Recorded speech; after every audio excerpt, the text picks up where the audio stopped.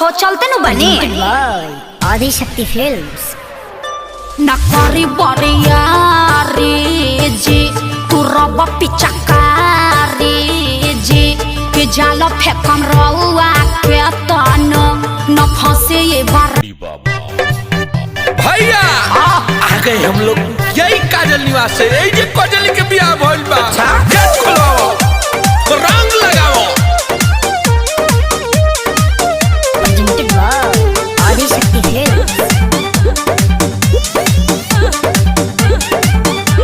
बारे पगले तू मजनुआ ससुरो में आइले रे जनुआ नैहर में यरबू तू भोग ले लसु आ ससुरो में आके बढ़ावा तारा दुख अरे भाग यहाँ से बेंग बारे पगले तू मजनुआ ससुरो में आइले रे जनुआ गाड़ी दे दम तो के छातल चल निकल रंग डालवाई के बोला सुगा बोला अरे रंग डालवाई के पपाल गइलु काजल सैया गिरी मरलु हो बड़ी बुरा लागो रंग डालवाई के पपाल गइलु काजल सैया गिरी मरलु हो बड़ी बुरा लागो भगवा लोग की ना मारा एक झाप की भाप फेंके लोग बलोग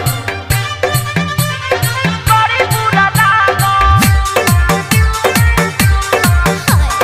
बड़ी बुरा लागो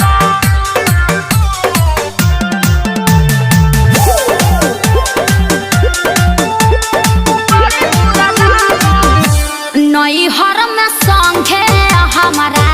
बोका बोका खेलल कही